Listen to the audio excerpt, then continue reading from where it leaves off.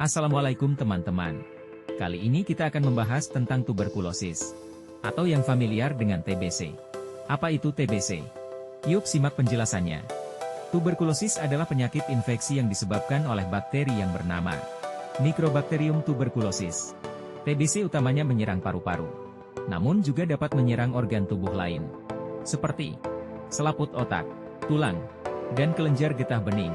Ketika bakteri tuberkulosis keluar dari paru-paru melalui aliran darah, kondisi ini disebut TBC ekstraparu. Mycobacterium tuberculosis memiliki bentuk batang, dan juga mempunyai sifat khusus yaitu tahan terhadap asam pewarnaan yang disebut basil tahan asam. TBC ditularkan melalui kontak langsung dengan pasien TBC. Seperti 1. Terpapar hembusan nafasnya saat batuk, bersin, dan berbicara. 2. Terpapar cairan tubuhnya, seperti percikan-percikan dahak yang mengandung bakteri dan melayang-layang di udara sehingga terhirup oleh orang lain. 3. Atau menggunakan sendok dan handuk secara bersamaan. Kenali tanda dan gejala TBC di sekitar kita.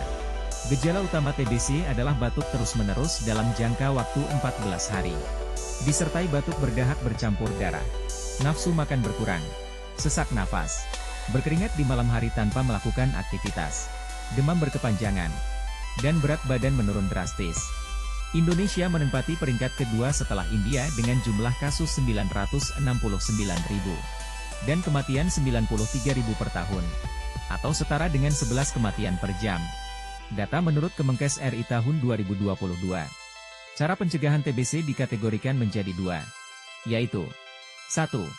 Bagi penderita TBC, dapat melakukan pencegahan penularan pada orang lain, yaitu minum obat secara teratur, menutup hidung dan mulut dengan masker saat berbicara, batuk, bersin, tidak membuang dahak sembarang, atau buanglah dahak pada lubang WC, dan mengatur ventilasi udara yang baik. 2. Pencegahan lainnya, bagi orang yang bukan penderita, dapat dilakukan dengan gaya hidup yang sehat, yaitu membuka jendela agar rumah mendapatkan cukup sinar matahari dan udara segar, menjemur alas tidur agar tidak lembab, makan makanan bergizi, olahraga teratur, tidak merokok, dan melakukan imunisasi BCG. Siapa orang yang paling beresiko sakit TBC?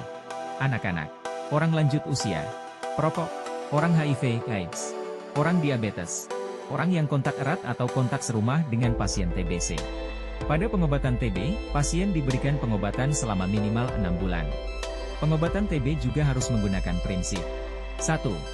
Obat anti-TB atau OAT harus diberikan dalam bentuk kombinasi beberapa jenis obat dalam jumlah cukup dan dosis yang tepat sesuai dengan kategori pengobatan. Jangan gunakan OAT tunggal atau monoterapi, tetapi gunakan OAT kombinasi dosis tetap atau OAT KDT akan lebih menguntungkan dan sangat dianjurkan. 2. Untuk menjamin kepatuhan pasien menelan obat dilakukan pengawasan langsung, atau directly observed treatment oleh seorang pengawas menelan obat. 3.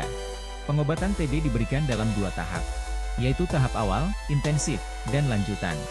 Tahap awal, atau intensif, berlangsung sejak memulai pengobatan hingga 2 bulan. Pasien TB wajib meminum obat setiap hari. Tujuannya untuk menonaktifkan kuman bakteri. Tahap lanjutan, berlangsung sejak bulan kedua hingga bulan ke-6 atau lebih. Pasien meminum obat setiap hari. Tujuannya untuk mematikan kuman bakteri. Ayo stop tuberkulosis sekarang juga dengan TOS TBC. Temukan, obati sampai sembuh tuberkulosis.